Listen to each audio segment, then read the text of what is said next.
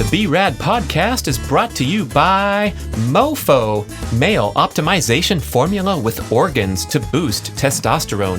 B.rad's macadamia masterpiece, mind-blowing nut butter blend. Chili Pad, temperature-controlled mattress systems. Inside Tracker, blood, DNA, and fitness tracking data all in one. And New Optimal, 3 nootropic supplements designed to improve focus, memory, and drive. And check out the bradkearns.com shop page, my personal selection of favorite products with great discounts for health, fitness, and peak performance. In order to build strength and even muscle mass, so girth if you're interested, doesn't have to be overly taxing, right? We can be working out at 50 to 60% of our 1 rep max, 8 to 12 reps, so that last one is difficult but not exhausting, and you're done. So my point being, you start diving too deep, you start going to doctors and asking for MRIs, demanding MRIs, you're going to find things that are going to affect your psyche. So don't ask for it unless it's absolutely necessary. We need to achieve metabolic health. The resistance exercise is one of the critical ways of doing this. Hey listeners, get ready for a very interesting and inspiring show from Dr. Howard Lux. He is an orthopedic surgeon and sports medicine specialist, an expert in shoulder, knee, and other sports injuries, widely known as one of the country's best orthopedic surgeon. But guess what? This guy is off the beaten orthopedic surgery path, and he wants us to embrace a broader, more holistic perspective when it comes to preventing, healing injuries, pursuing health, fitness, and longevity. And Dr. Lux wrote a wonderful article on his website, howardluxmd.com, about the importance of preserving muscle mass for health, disease prevention, and longevity. And that's what brought him to my attention. I'm so glad to connect with him and have this great conversation. And you are going to love his message because he wants you to stay out of his office and handle things yourself with an ambitious exercise program and a second guessing of our traditional path toward reliance upon surgical intervention and prescription medication. In fact, he says there's a good, compelling reason to not go and get an MRI when you're experiencing some sort of pain, because it could mess with your head. How about that? That's right. If you do find out that you have a degenerative disc or something wrong with your knee, it could give you something negative to fixate on, maybe develop a discouraging mindset and a desire to go and get surgical intervention when you could easily make great progress by doing what I did. And I mentioned my story with my knee injury that lasted for 6 months, and I rested and I couldn't sprint or jump, and it was very frustrating. And I thought I was facing surgical intervention. Then I went to great physical therapy where they had me work around the pain. Obviously, you don't want to introduce additional pain to a joint, but I started to get stronger and stronger. And with their treatments and manipulations with chiropractic as well, the pain went away. There was nothing wrong with my joint. It was just all the dysfunction around it. And I think a lot of people could be in that category. Dr. Lux asserts this. He sees these people every day. He has a great quote where he says, "I treat the patient, not the image." And he talks about how there's different people lined up in 12 different exam rooms, theoretically. Some of them feel like they're crippled and they can't walk, and the other ones are complaining because it hurts after their 10-mile run, and they both have a very similar image of whatever it is, a meniscus irregularity in the knee. Most of us do over the age of 50. There's huge percentages that have some disc abnormality in the back. I think he said 20 or 30% of older folks have some sort of meniscus irregularity, and he wants you to just forge ahead with a healthy, fit, athletic lifestyle with the emphasis on building and maintaining muscle mass with a very simple protocol of strength training exercises in the gym. Doesn't take that long. He details this in his article. He doesn't like to push himself too hard because because he wants to be consistent and he wants to welcome everyone, as many people as possible, to an athletic lifestyle, including regular resistance exercise. So there's no need to go and get sore and get exhausted and get into that overdoing it category. And he's an endurance athlete that participates in challenging trail races. So he makes a good point of saying that there's great cardiovascular benefits if you train correctly and keep those heart rates down in the predominantly aerobic zone rather than into this exhaustive exercise pattern that we talk about so much on the show, where you can invite cardiac disease, risk factors, overtraining, burnout, all that bad stuff. And we end the show talking about that evil, sinister enemy that we must all battle against, and that is the accumulation of visceral fat. That's the fat that collects around the abdomen, surrounds the vital organs, and causes all kinds of health and metabolic dysfunction.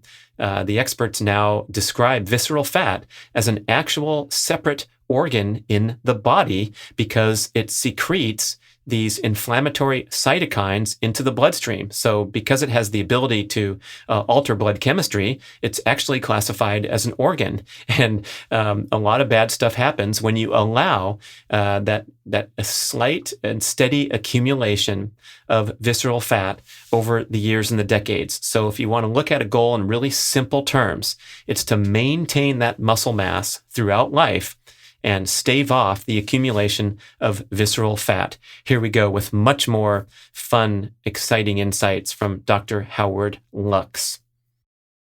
Dr. Howard Lux is with me. We're going to talk about some important matters of muscle mass, longevity, and into your world as an orthopedic surgeon and sports medicine specialist. But your article captivated me because it was going way beyond what we usually get from a doc talking about your knee surgeries and whatever else is going on. I'm wondering if you've been inspired to pursue this track from getting tired of cutting people up who, didn't have sufficient muscle mass to begin with and suffered orthopedic injuries. Yeah, great question. So honestly, I came to this approach of lifespan improvement, health span, and longevity selfishly, right? I want to live longer. I'm a trail runner. I'm an endurance runner. I used to be a triathlete when I had a good shoulder. And I just want to be able to do this forever. So I just started diving in deeper and deeper and writing about it. And I tend to just write to improve my understanding. And luckily with my training, I'm able to come at this as through an evidence-based manner. I've always prided myself on being able to drill down on things and present them, hopefully in a way that's easy to digest. Now, to the contrary, I also have found in the last 5 years or so, it helps a lot of my patients in terms of how I approach their issues. I don't treat images, I treat people. So I'm not treating your MRI finding, I'm treating you, because I may have a marathoner in front of me. I may have a couch potato. I may have someone who has no muscle mass and is not going to recover well from an operation. I may have someone who's had 3 operations and they're looking at me to do their 4th and they haven't given it time to recover. I'm looking at people who don't understand how long it takes to recover from injuries and how important our metabolic health is to our overall health, not just our heart, our brain, but our knees, shoulders, tendons, and muscles too. So I came at this for my own selfish reasons, and I do stutter on occasion, so forgive me. But I'm here to share it for as many years as I have left. Thank you. So we're talking about this disturbing condition of sarcopenia, the age-related loss of muscle mass, how common it is, how normal it seems. When I look around, we all sort of be in this idea of accepting that we're just going to decline and stoop over and change our height on our driver's license as we age, and that it's virtually inevitable. And anyone over whatever, pick an age, 50, 60, is relegated to watching the NFL on TV and reminiscing about the days when you could go out for a pass too. But it seems like there's a lot of support for even people in the advanced age groups being able to build muscle and make incredible strength gains. Listen, an 85-year-old will gain new muscle protein mass with one workout. So you're never too old to work out. And it tires me when I call trainers or therapists who are even working with my parents and they say, oh, they can't do this. I'm like, yes, they can. I know 80-year-olds who can squat 150 pounds. There's no reason to stop them from doing this. It's amazing that the human capacity to normalize tragedy or new behaviors or new issues is unprecedented, right? I mean, we've normalized the loss of 1,800, 2,000, 2,500 people a day to a virus. So we can normalize anything. We don't realize that we're tripping on things. We don't realize it's hard to go up and down stairs. We don't realize that we can't lift certain things that we used to. We want to go put a few bags of mulch in our yard. We have to ask our children to carry it for us. That shouldn't be. We should be able to do these things, but you're right. Sarcopenia is an awful process. It's an age-related, pre-programmed, genetically based loss of muscle power and muscle mass. And starting at the age of 38 to 40, we lose about 1% of our muscle mass per year. And that accelerates as we get into our mid to late 50s. And the loss of mass has extraordinary consequences in regards to our health and longevity and our ability to propel ourselves along this earth for as long as we want to.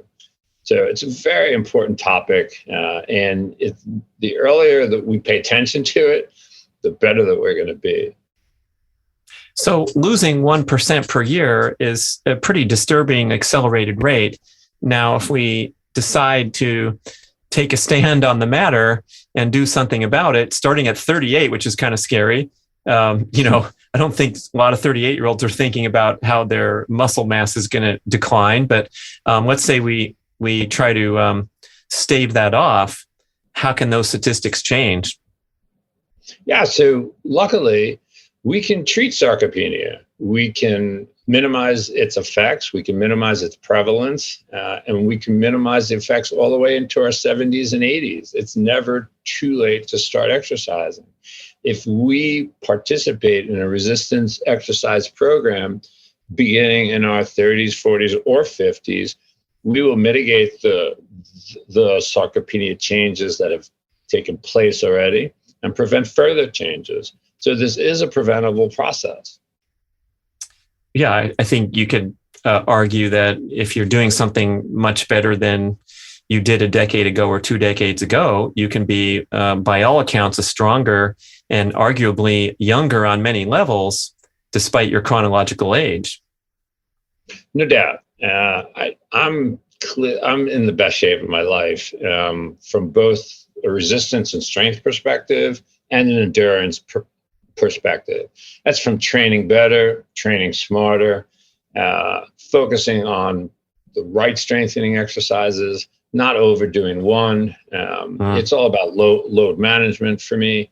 And, I can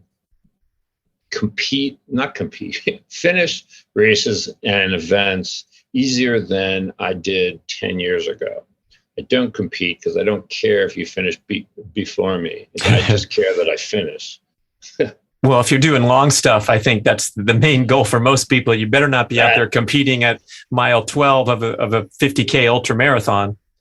Absolutely. But I got to admit that when I'm coming up at the end of a long race, a lot of vertical, it's really great to see some young people dying in front of me and running right by them. No better feeling. So I'm curious about your endurance passion. The listeners know, and you may know, I was a professional triathlete way back in the day when I was a young person.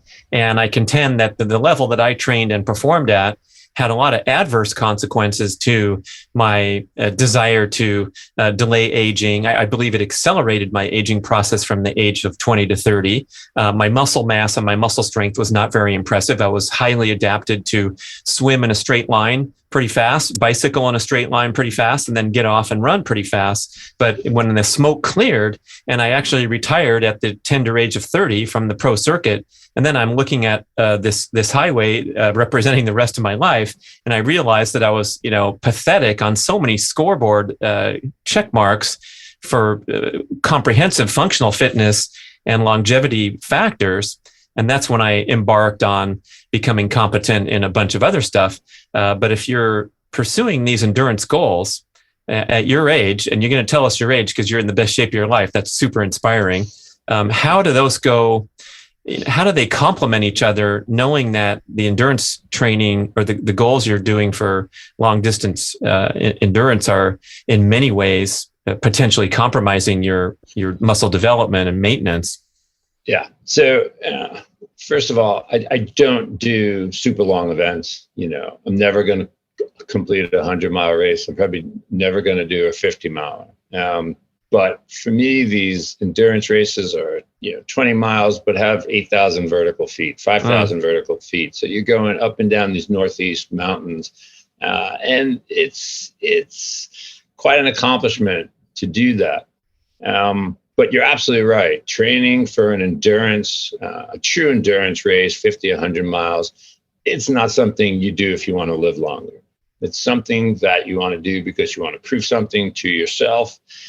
You can do it once, you can do it twice. If you do it way too often, you are compromising, your cardiac health and your longevity.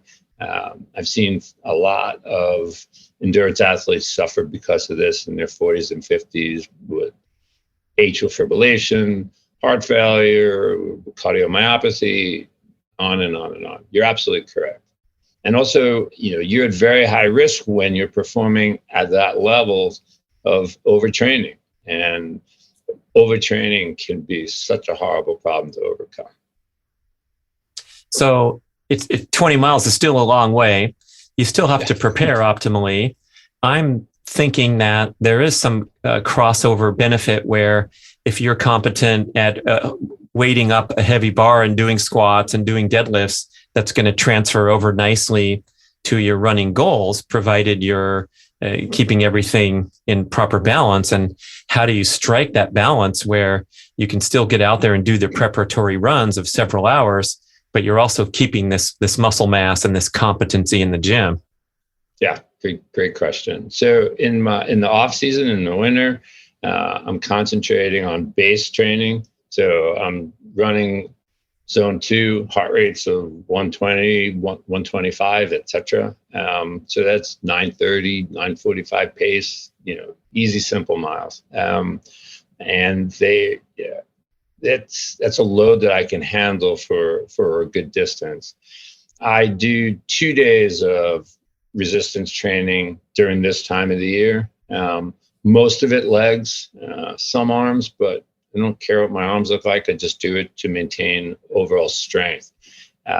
But from a metabolic perspective, with everything, larger muscles that are well functioning, for all the benefits that they provide to us, you want to concentrate on the largest muscle groups, not your legs. And for me, as a trail runner, I want to concentrate on my legs because I want to go up and down those hills strong and in a protective manner. And so I do focus on squats. I focus on deadlifts. I do a lot of single leg work. In the winter, I do a lot of plyometric work, especially in January, February. And then starting in the spring, when I start to run more events and I'm outside more, I'll cut this down to 1 day of resistance training a week. I still struggle with this balance of two disparate fitness objectives where I'm going out and doing my deadlifts and having a great workout in the gym. And then I'm sore for 3 days and it's affecting I'm not doing endurance running, but I'm doing sprinting and jumping and things that require freshness. And I don't know if you have any insights about that, where you got to go out there and have a nice trail run and climb the hill strong. And if you're recovering from your previous squat session, that's going to be tough. Sure. So Stuart Phillips, Brad Schoenfeld, and many others have demonstrated that in order to build strength and even muscle mass, so girth, if you're interested, doesn't have to be overly taxing, right? We can be working out at 50 to 60% of our 1 rep max, 8 to 12 reps. So that last one is difficult, but not exhausting. And you're done. And that is working. That is allowing me to accomplish my goals, not exceed my load capacity. So it's not going to set me back the next day. My longest run of the week is Sunday. So my second resist training day is Thursday. So I'm doing a run on Thursday morning. I'm doing that workout on Thursday night. Friday is a very short run. Saturday is a shorter run, 5-ish miles. And so Sunday will be that long run, and then Monday's a day of rest. And you cite research. There's a lot of emerging research now that this critical objective of building and maintaining muscle mass throughout life doesn't really require that much time. It's when within reach of everyone. I think your article, you said an hour a week is plenty total toward your goal of getting strong and doing the workouts. I know people are even touting protocols that require much less than that. Dr. Doug McGuff's book, Body by Science, my recent podcast guest, the subtitle is 12 minutes a week of your strength training, and you'll have this incredible benefit to gaining muscle strength. And in fact, if you try to tiptoe beyond the optimal minimal frequency, that's when you can invite some problems such as the soreness and the fatigue that I'm referencing. Yeah, absolutely. Look, we have 7-minute workouts, 3-minute workouts, 30-minute workouts. I get it. We're going to have people that are pushing the extremes here on both sides.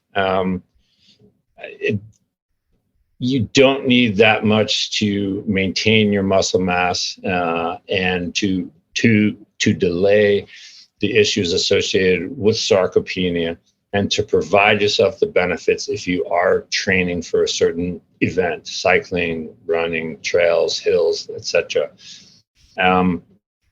I've gotten to the point where I've balanced my loads, training peaks, whatever that you're going to use to monitor your load management, that I'm dialed in. So I'm not sore after a workout unless I'm stupid and I throw in something new. Then I'm sore for 3 or 4 days and it's awful. And I won't do that again. But yeah, it boils down to load management. It boils down to knowing what you're capable of doing, what you should be doing, and what you need to do. And I don't exceed what I need to do because my goal is not to get bigger. My goal is not to necessarily get stronger. I'm not going to be a beast at 58. And so I want to be able to run. That's what I'm optimizing for. So I optimize for longevity and my running. So someone optimizing for longevity and heading into the gym and deciding the specific nature of their workout, do we need to push it toward complete failure of the muscle on a single set like many people are advocating? I'm thinking of McGuff's Big 5 workout. I'm thinking of John Jaquish's X3 bar, where you're directed to continue to stretch the resistance band until you're completely out of energy. My mom's joined the OsteoStrong facility that Jaquish started and partnered with Tony Robbins, and they do a single set to failure of 4 major compound movements. And, it's very, very short in duration, but you are asked to exhaust the muscle. Yeah. So I think, it's hard to define absolute failure, right? For me, it's when your technique is changing, not when I'm falling on the floor, right? If I have to push my right leg harder to get my left leg going, to get that last squat up, I'm past failure. And you're going to hurt yourself. That last one needs to be challenging. Do I need to be pushing and grunting and screaming? No. That's not what I'm in this for. And, there's a lot of research to support that. I mean, as you know, we can look at research and interpret it and find a study to qualify any of our objectives. Right. Yeah. So my way's right. Look here. Notice this research. Yeah. 100% correct. So Yeah. I'm not throwing it out there that I'm the only correct one. No, I'm giving people a way to maintain an active lifestyle, to excel at aging and longevity and running and weight training without putting yourself at risk of an overuse injury or of a tendon tear or anything else. I don't need to push it that far. I love it, especially being deeply immersed in this diet and fitness scene for so many years, decades. And then you kind of take a breath once in a while and notice real life and real people wandering around in your orbit. And to me, like anyone who's parked their car and walking into the front door of the health club and getting their little tag scanned at the front desk and heading off to a workout, wherever they go, whatever hall they choose, whatever machine they're working on, they have just done themselves an incredible solid that's, far beyond the people that haven't shown up in the parking lot. And it's almost not even worth splitting the hairs to say, hey, what are you doing? You're doing that wrong. This exercise is better, because if they're going in there and sweating and getting some calories burned in the big picture, that's a huge benefit. But a lot of our listeners, a lot of people out there who are wanting to optimize, I think, number one, we have to avoid that overtaxing of the body. And so if you're coming out of the door, you go in, that's great. If you're coming out with a thumbs up and a smile, that's also allowed you to rise up, in the category of doing something great, instead of, frying yourself from going there too frequently and pushing too hard. Absolutely. Showing up is the hardest thing. We get lost in the weeds. We get stuck in our bubbles on Twitter, on Instagram, wherever it is. And we lose the big picture. If we're exercising, working out and running, we're part of a very small minority of people. Most people are not doing this. So showing up is half the issue. I don't sweat the details. It's funny, you look in the gym, the parking lot, and people are circling around to get the closest spot to the front door. I mean, what's up with that? Right? You're there to work out. Go park in the farthest spot along, and get some extra steps in it. So you're 100% correct. Just showing up, you're in the top 5, 8, 9% of people. Don't kill yourself, because you want to be able to come back in a day or two. You don't want to have to sit home, call me, come to my office, etc. Get an exam. You want to avoid that. Love it. Okay, man. I'm working on that myself, because I get so excited when I'm out there at the high jump facility practicing, and you feel great at the time. The inflammation processes have kicked in so that your muscles are warm and loose. And then you notice 24 or 36 hours later, oh gosh, maybe I did too much there and set myself back a bit. So I like that message of just going in there and getting some work done, putting your muscles under the resistance load. One thing you mentioned, and if you're going to try something, I'm sorry to interrupt. If you're going to try something new, right? If you're doing squats and deadlifts, your buddy says do some side stuff, some side lunges. Do 3 with a 5-pound kettlebell and go home. Don't do 20. Don't go to exhaustion, because you're not going to move for 5 days. Build that up slowly. Oh gosh, yeah. Especially the mini bands, which are some very good trainers I know at the elite level, working with Olympic athletes. They call that the single most beneficial. And you know what I'm talking about, listeners. The mini band is the thing you can fit in your pocket or in your backpack for traveling, and you strap it around your ankles and do the work that isolates the glutes. But I was so afraid of those for years, because anytime I'd bust them out, of course, I'd have to do a heroic workout. And then the next day, my glutes were so tight, I couldn't walk right for 4 days. And so finally I said, you know what, these are important, and I'm going to baby them into my morning routine to where I'm not going to get ridiculously sore the next day. And now I can do an impressive set every single day, because they've made the cut, they're in the mix. And so getting over that threshold where the workout is sensible to whatever level you're at, and then you can build from there, I think is the way to go. Exactly. Anything that's new to your routine, a new direction, a new exercise, just start slow and be smart. And in 2-3 weeks, you can do as many as you want. But we have to avoid downtime. I don't know how old you are, but at my age, 2 weeks off will take me 6 to 8 weeks to get back. Oh, wow. Right. And, if you're running, you take a few weeks off, you watch your heart rate. When you go back out to run, it's elevated. It's going to take you time to get back to your time and distance. You take 2 or 3 weeks off from weight training, and you're going to be sore the first time you start doing it. That's at least at my age. Yeah, an age-related concession. I'll accept that. We're in the same club. I'm in the 56 category, and looking forward to racing in the 55, 59 division. There's always good news. You can compete with your peers. It's great. Yeah, same with making a mistake. I feel like at my age, I'm mentioning those, overdoing it with a certain workout, and I'm sore for 4 days in comparison to the young folks where they can, go and blast themselves and do something crazy, and they're super sore for 1 or 2 days. And then, then they're off and running. I remember my son in middle school, he pulled a hamstring. It was a severe injury. He collapsed on the soccer field and had to get helped off and missed the rest of the game. And we went home and iced it. We made an appointment to see the chiropractor, and this whole thing was I was so distraught because he was going to miss his important little soccer season. And then 3 days later, he's in a track meet. He says, "Yeah, I can run. I feel fine." And I'm like, "Well, are you sure? How's your leg?" And he forgot which hamstring that he pulled. And I'm like, "Okay, I guess you're okay then if they both feel the same." And it was just such a stark contrast to, stuff that happens to me. And I'm 4 months later, I'm still testing that hamstring out.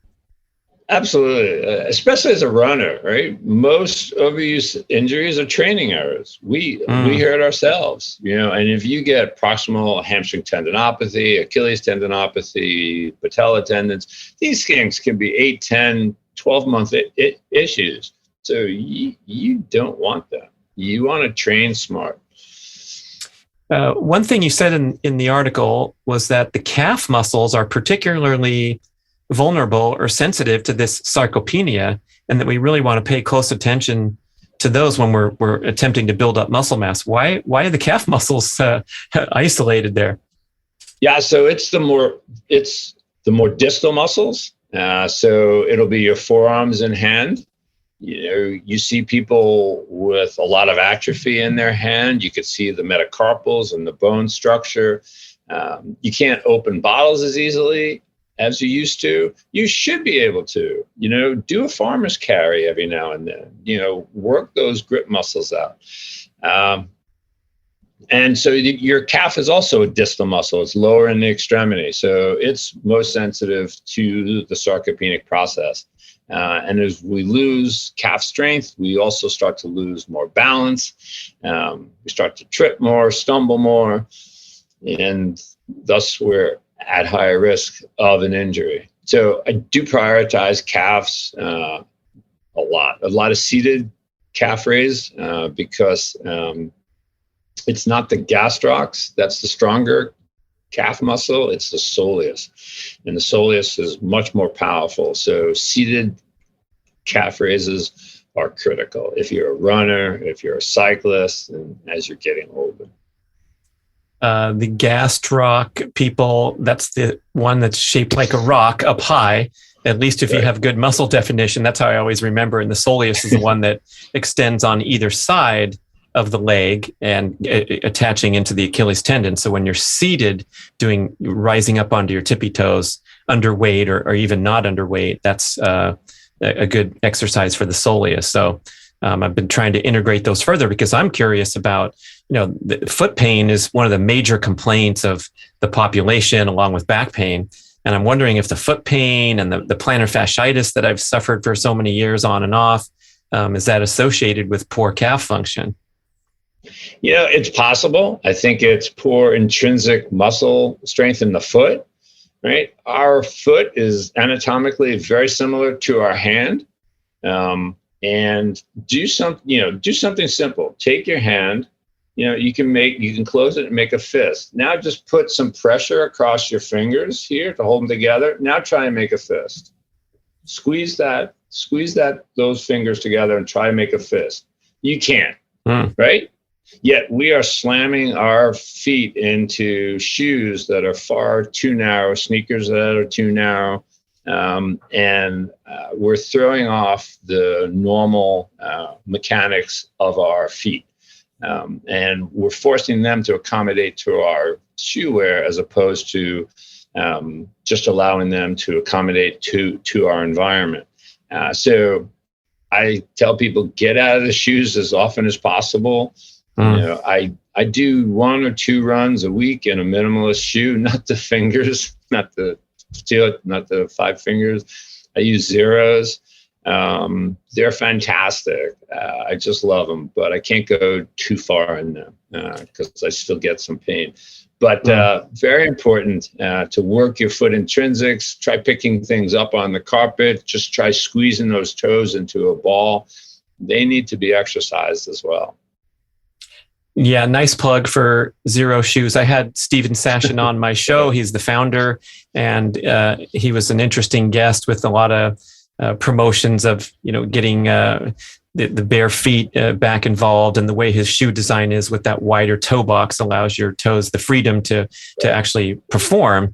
And I love those shoes. They're fantastic. I've also been a big fan of Vibrams for a long time, but I think that's an important point that you make, that this is a gradual and sensible integration of more time in barefoot or minimalist shoes. And your feet are very sensitive because we've had them in casts our entire life. Versus some hunter-gatherer who's got really strong feet, and the Vibram represents a step up from a lifetime of barefoot, and so we have to be very, very careful as we integrate these times where we're minimizing our shoe function. And I tell people, first thing is just walk around the home barefoot and just get some time on your bare feet and get the arches going and absorbing load again. But I'm constantly teetering on that edge where I'm inviting more calf soreness and foot pain because I insist on doing my sprint workouts in Vibrams or bare feet. And it's taken about 14 years of progression and integration when I first put on my first pair of Vibrams in 2006. And so, now I can go on a long hike or a 5-mile run or whatever, a sprint workout wearing the minimalist shoes. But it's a gentle road that you want to go and err on the side of conservatism. Agreed. But, for you and I, we've been doing this for 30 years to our feet. So, we came upon this a little too late, and some of the damage is already done. So, luckily my feet are sore when I work. When I first wake up, it's funny. I mean, if you saw me wake up in the morning, you can't imagine that I would be running in 10 minutes because I can't move. Everything hurts. Even you, huh? Okay, I feel better, Absolutely. Doctor, because I used to, for many years, especially when I was doing the crazy training as a triathlete, my first act in the morning was to get out of bed and hop on one foot out the door and into my spa in the backyard and stick my left foot in there and start doing range of motion and getting the jets on it, because I could not put weight on my foot until I had this water therapy. And it was sort of pathetic when you look back and think. And then, of course, right, I would go lace up and run 12 miles in the canyon and go about my, training day as an elite athlete. But when you're talking about pursuing general health goals and a guy who can't walk in the morning, something is off there with the whole training pattern. And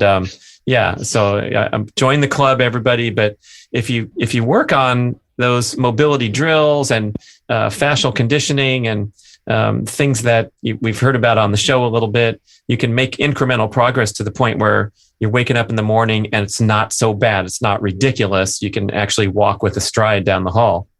Absolutely. It takes a minute, but things will get going. And there's actually, a chemical reason for it. There's a biological reason for it. When, if we image our joints, if I get a 3T MRI of your knees or feet and look at the cartilage and find detail, we're going to find changes there.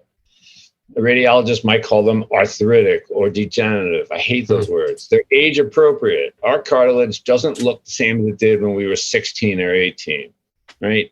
And what we find in degenerative or age appropriate knees or joints is higher levels of inflammatory mediators like interleukin-6, et cetera. So joints don't like not moving as much as they don't like moving too much. So we wake up and they've been somewhat still all night. So our interleukin-6 levels, our comp levels, which is a sign of cartilage degradation, those levels are higher. Once we start moving, interleukin-10, which are anti-inflammatory, start rising. That's why our joints start to feel better. Comp levels start to decrease. That's why our joints start to feel better. So there's a biological reason why a lot of us feel this way. And it doesn't mean you're going to fall apart. It doesn't mean that you're going to be crippled as you get older. All right, good to know. So you're just working with your inflammatory agents, and movement being the best formula, the best medicine, better than popping an ibuprofen. Just get up and walk around. Correct. Love it. Is that the same for something like back pain that's kicking in, or other joint pain, knee pain, where you're getting up from a seated position and you experience the discomfort that's worsened from a different time on the clock of the day? Could be, absolutely. I have one of the world's worst looking back x-rays on x-ray. I played, elite level tennis when I was young. It was every day, 2 hours training, and turns out that's not so good for a maturing spine. Even my friends who are spine surgeons are like, don't lift, don't work out, you're going to kill yourself.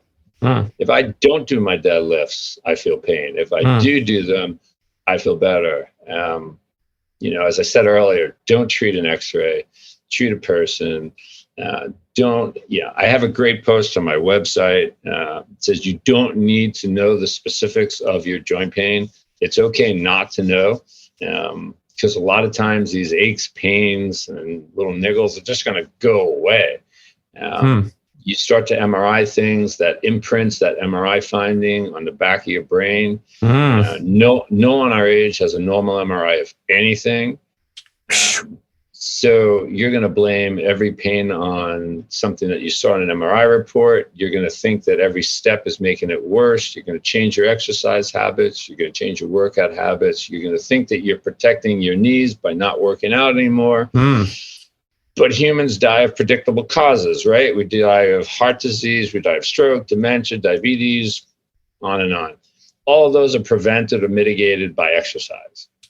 So my point being, you start diving too deep, you start going to doctors and asking for MRIs, demanding MRIs, you're going to find things that are going to affect your psyche. So don't ask for it unless it's absolutely necessary. Oh my gosh, that's heavy, doctor. I love it.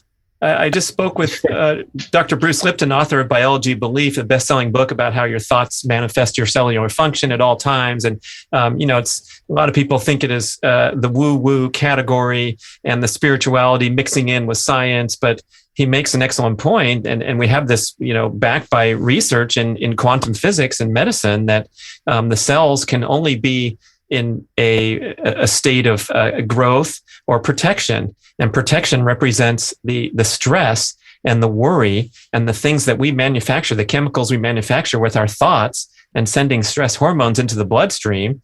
And that totally lines up with what you're saying, where if you go looking hard enough for an excuse or something to complain about or blame, you are going to manifest that as a bad knee. And then in contrast, the physical therapy people that I really love, there's Rod Shorey in Los Angeles, and there's PT Revolution in Lake Tahoe. And I had this horrible knee injury that I couldn't run or jump for 6 months. And I thought I was facing surgery. And I finally went in to get the proper care.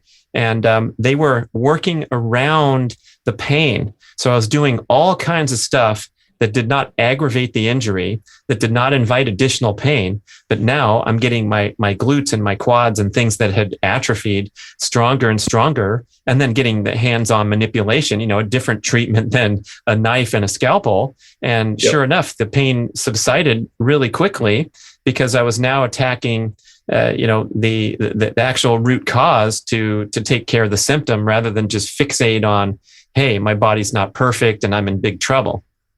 Right. There are times when I tell people in my office, stop going to doctors. They're there for Dr. Luck says, stop going to doctors. Oh, mercy. This guy is not going to be welcome at the next conference. I'm already disinvited. But, they've been to 4 experts. They've had 3 different MRIs. They're unsure exactly what's hurting them. But it's clear there's no obvious structural defect. There are age-appropriate changes. There may be a small meniscus tear. It doesn't need an operation. Just start exercising, gain back that confidence, start slowly, and go. And you know what? A lot of these people come back 3 or 4 years later when something else hurts and says, you know what? You told me to stop seeing doctors, to just go at this slowly, to take the time that it's going to need. And look, I was fine and I got back. It's such a critical message. We have things so wrong in medicine sometimes. I mean, how many times have you gone to a doctor with pain and you're told, come back in 2 weeks. If it still hurts, then we'll do this, right? What feels better at our age in 2 weeks? Nothing. We're counting down the wrong direction. It ain't going to be any better. This is as good as it gets, said Jack Nicholson in the movie. Yeah. So we have to go slow. Whatever. Okay, so we'll be good if left to our own desires. If we allow our biology to work, we gain the confidence, and we don't have any obvious structural abnormalities. Okay, then what's your practice like? Are you doing a lot of chit-chatting on the couch and getting people psyched up to go work out, or are some people eventually ending up with invasive medical treatment? Yeah, so that's a great question. Listen, I'm an orthopedic surgeon. I operate. There are people who do need surgery. There are people who slip off a roof or whatever, fall on a rock and tear things. There are runners our age who, can't run because of arthritis, that's localized to one side of the knee or the other. There are procedures short of a knee replacement that we can do, and we can restore that runner's longevity by allowing them to return to running with an osteotomy or another complex procedure. And I really thrive in that complex environment. That's what I enjoy doing. So my favorite patients are 40, 50, 60s. They used to be a triathlete. They used to be a runner. They've been told they can never do it again. That's a challenge that I'll accept any day. Right. And then you're going to work hand in hand with that person to say, look, we're going to go in and fix this. And then your job is to go and do your PT exercises as prescribed for the next 6 months so we can come out and serve for the match again someday in the future. Absolutely. Listen, I'll see 10, 12 tries or runners a week with meniscus tears for second and third opinions. I'm like, just stop. Just do your therapy, commit to it, and you're going to be fine. 95% of the time, you're not going to need an operation. A lot of times an operation can make things worse. Our joints don't like to be invaded, especially if that meniscus is not going to be fixed. People, once they understand that it's going to take a few months, do the physical therapy and you're going to do fine. A lot of them are good. Some of them may choose to have the surgery. They don't get better immediately and they get better a few months later. Why did they get better? Because they didn't do the therapy well before the surgery. They'd had the surgery, so now they commit to the therapy. Oh my gosh. Right? Hey, whatever works, but let's think of a different option, huh? Oh my gosh, that's funny. But it does make sense. Like once you're going in for the big deal, It kind of puts a different category in your brain. Listeners, I should share, when I was 39, I had a spontaneous tear of the meniscus walking down the street with my old dog, and all of a sudden my knee swelled up, and I had to limp back home, and I couldn't believe it because I'd done nothing to invite this. And I was Googling, and I found this article that said males around age 40 often experience a spontaneous tear of the meniscus with no known attribution. And I'm like, wait, I'm only 39. This is crap. But it was so minor that I refused to consider the prospect of surgery. I could walk and bicycle without pain, but I couldn't run a step for what turned out to be 9 months. But I rehabbed that thing like crazy. I got my muscles so strong, and eventually everything vanished with no intervention. But it took much longer than the people you hear about where they're back running 5 miles 2 weeks after their meniscus surgery. But I contend that, in the long term, when you're going in and cutting things out, you're probably going to have repercussions that, pick up a decade or more later. They absolutely will. And, you're making the assumption that meniscus tore at that moment. That may not even be the case, right? What percent of active 50-year-olds have a meniscus tear in their knee and don't know it? So we take 150-year-olds, we give them $100 to volunteer in a study, lay down in the machine. Upwards of 20% of them are going to have a meniscus abnormality. No way. 20%. That's crazy. Yeah. So, and a lot are going to have the same in their rotator cuff. 80% are going to have a disc abnormality in their back. These are people who have no pain.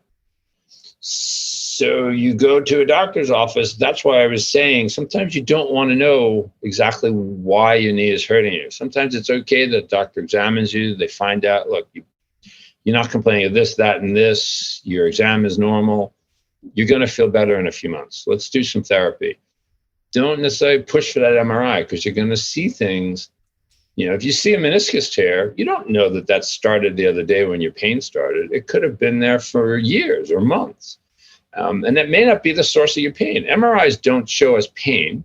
MRIs show us structures. And those structures, much like our hair, our eyes, and everything else, change as we get older. So a lot of them are age-appropriate changes.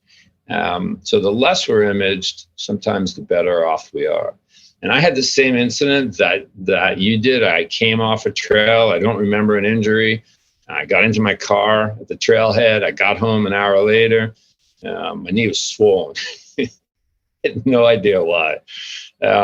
Waited a month. Swelling was still there. I was able to run, but it was hard. I was able to work out, but I couldn't go deep, etc. And I kept working out and I kept running, but I didn't push it. 2 months later, I'm like, geez. I talked to a friend. He's like, come on, we'll get an MRI. Okay, fine. Get an MRI. There's meniscus tear. There's a cartilagist. I'm like, I shouldn't have done this. And sure enough, 3 months, all gone. Back on the trail. No swelling. Never came back. Go figure. What did you do to rehab? 9 months. Yeah. I rehabbed it. I spoke to friends, great therapists in my area. They helped me. I did my own workouts and runs, and it just went away. That's why I was saying nothing's going to get better in 2 weeks at our age.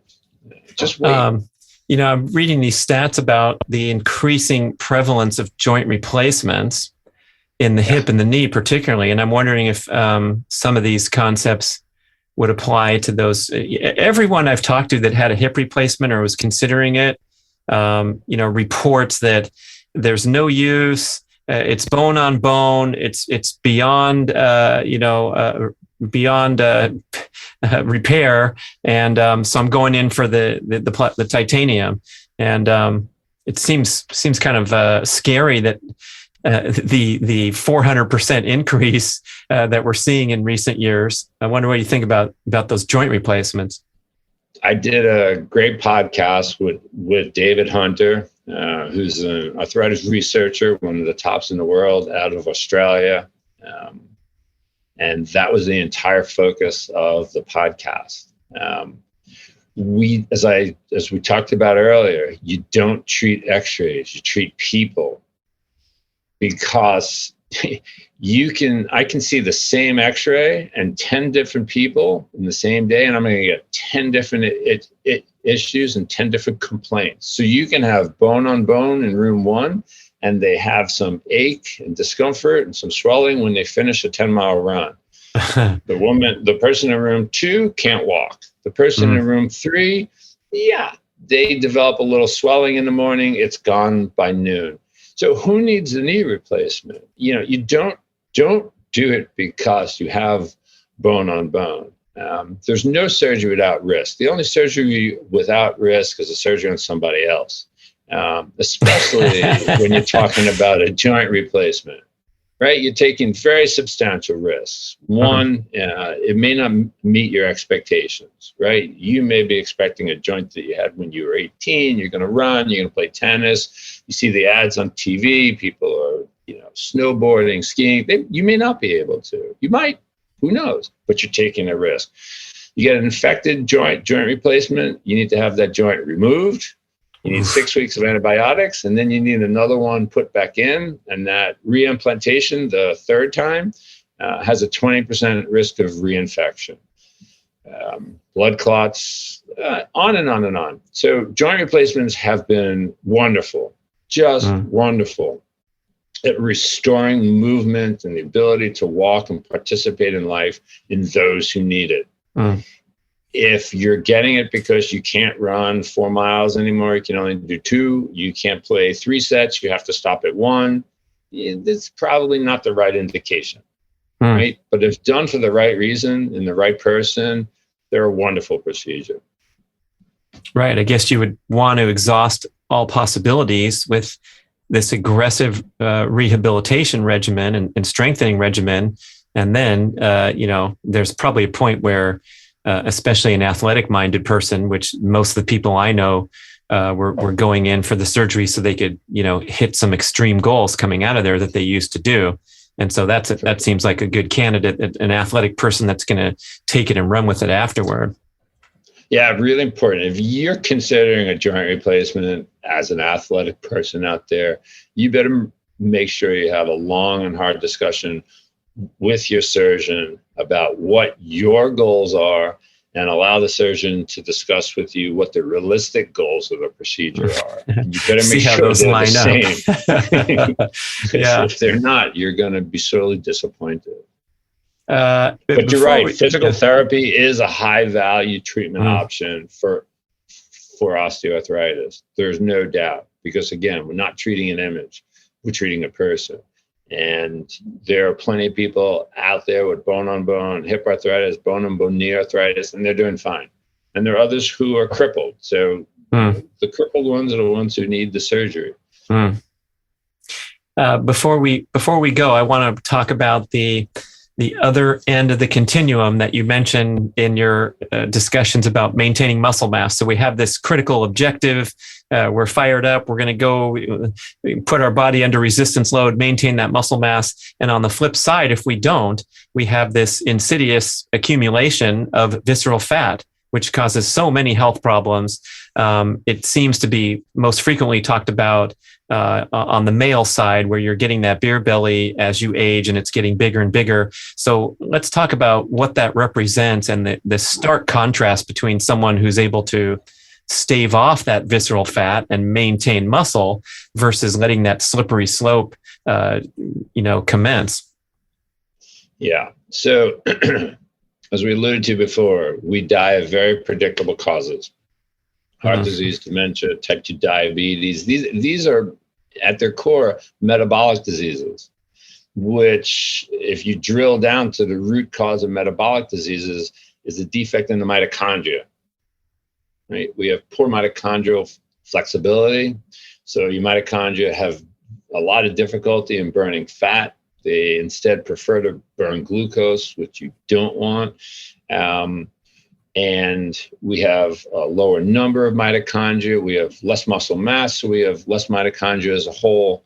And so in fixing eliminating the risk of developing a metabolic disease, such as fatty liver, metabolic syndrome, etc., or mitigating the downstream effects of the longstanding metabolic diseases. We need to achieve metabolic health, and resistance exercise is one of the critical ways of doing this, because as you increase your muscle mass, you increase the number of mitochondria. As you improve the aerobic respiration, either with zone 2 exercise, with moderate resistance training, you're increasing and improving your metabolic flexibility, or how your mitochondria work. You're allowing them to burn fat as opposed to glucose. You're encouraging fat mobilization. You're improving the ability of your muscle cells to burn triglycerides. So these all contribute to improving your metabolic health. Now, the answer is not just resistance training and not just muscle mass. You need some aerobic work in there too. And that's the magic of zone 2 or low heart rate training. But all these two work in conjunction to improve your metabolic health by improving your mitochondrial function. Well said. I think that's a beautiful finish. We got to go out there and keep our aerobic conditioning, keep moving around, especially when you say zone 2, if the listeners aren't familiar with that, that's the very comfortably paced, predominantly aerobic, predominantly fat burning. And I think something you said earlier when I asked you about balancing your endurance goals with your strength training and your longevity goals, that seems to be the key, where the negative aspects of the endurance training come when you exceed that zone 2, when you exceed that aerobic heart rate and start to embark upon these workouts that are slightly too significantly too stressful. And that's your day after day pattern. That's when you see the AFib and the problems coming up. Yeah, absolutely. Most runners, if they're not trained, they run too hard or too fast on their slow days and too slow on their hard days. So it's okay to do an anaerobic threshold day. It's okay to do, a VO2 max workout, but your training should be 80-20 in most circumstances, right? 80% simple or easy, or zone 2 or zone 1 even, and 20% higher. If that works for Kipchoge and others, it can work for us. Yeah. Right. And everything's relative. So when Kipchoge's running 5-minute, 30-second miles at high altitude, and that's a zone 1, maybe a little zone 2, very, very easy for the average person, that means a brisk walk. And that's the part that a lot of endurance athletes aren't getting, where, well, I'm going to go for an easy day today. And so I'm going to go 4 miles at 9:30 pace. And that's not a brisk walk. And it's harder than Kipchoge's easy day. And that's kind of mind blowing, but it is what it is in terms of the relative, you're measuring the percentage of maximum heart rate. And so we're comparing apples to apples. Yeah. You're absolutely correct. The zone 2 workout of an elite athlete would kill me. If I tried to match, their pace and distance. Right. Your zone 2 is unique to you. And you have to find out what it is, and you have to stay under it. We both go out with a lot of runners, and as soon as they start, their heart rate is 150. Yeah. They blow right through zone 1, 2, 3, and they're up at low zone 4 immediately. That's because they haven't built their aerobic base. It's an investment that will pay off, but zone 2 running is hard. It's annoying as hell. And it takes a long time to show benefits, unlike our anaerobic training where we see the benefits fast. So that's a lot sexier. Yeah, I mean, that's setting it straight, and that's the reason it's so alluring, and we get that instant gratification of busting out an impressive workout and getting a sweat going and high-fiving our training partner. But we do have to look down at our ultimate goals. It's like overdoing it in the gym or doing too many CrossFit sessions in a week. You went from a great fitness stimulation to something that's now put you into a high-risk category. Correct. All right, Dr. Howard Lux, that was fun. Thank you for joining us. Right. Good stuff. Thank you, listeners. Another great show. And we can go look at your great articles and commentary on howardluxmd.com and anywhere else we want to send people. Twitter. HJ Lux, Luks. HJ Lux, Luks on Twitter. Go tweet away with him when you're done doing your resistance training workout. Thanks, everybody. Da, da, da, da. Thank you for listening to the show. I love sharing the experience with you and greatly appreciate your support. Please email podcast@bradventures.com with feedback, suggestions, and questions for the Q&A shows. Subscribe to our email list at bradkearns.com for a weekly blast about the published episodes and a wonderful bi-monthly newsletter edition with informative articles and practical tips for all aspects of healthy living. You can also download several awesome free ebooks when you subscribe to the email list.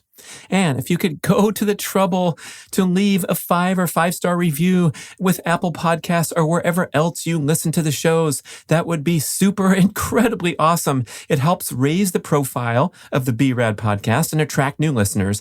And did you know that you can share a show with a friend or loved one by just hitting a few buttons in your player and firing off a text message? My awesome podcast player called Overcast allows you to actually record a soundbite excerpt from the episode you're listening to and fire it off with a quick text message. Thank you so much for spreading the word.